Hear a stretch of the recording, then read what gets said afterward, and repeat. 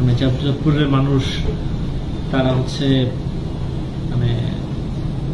প্রতিবাদ করে, কোনো কিছু হলে সেটা প্রতিবাদ করে, এটা অ্যাপ্রিসিয়েটিং, এটা ঠিক আছে। চাঁদপুরে তো একটা বড় অংশের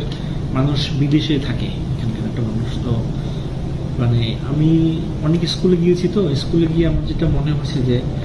মানে এই যারা বিদেশে থাকে তাদের আত্মীয় স্বজন যারা স্কুল গোয়িং আছে, এদের ভিতরে একটা মানসিকতা হচ্ছে তারাও বিদেশ চলে যাবে।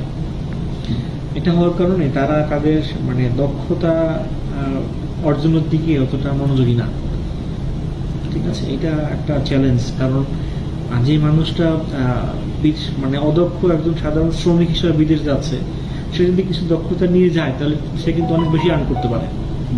আমার বক্তব্য সে যে বিদেশ যাওয়ার যে স্বপ্ন সে বিদেশ যায় কাজ করার জন্য, কিন্তু সে দক্ষ হয়ে যায়, একটা যে কোনো একটা দক্ষতা নিয়ে গেলে তাহলে সে অনেক বেশি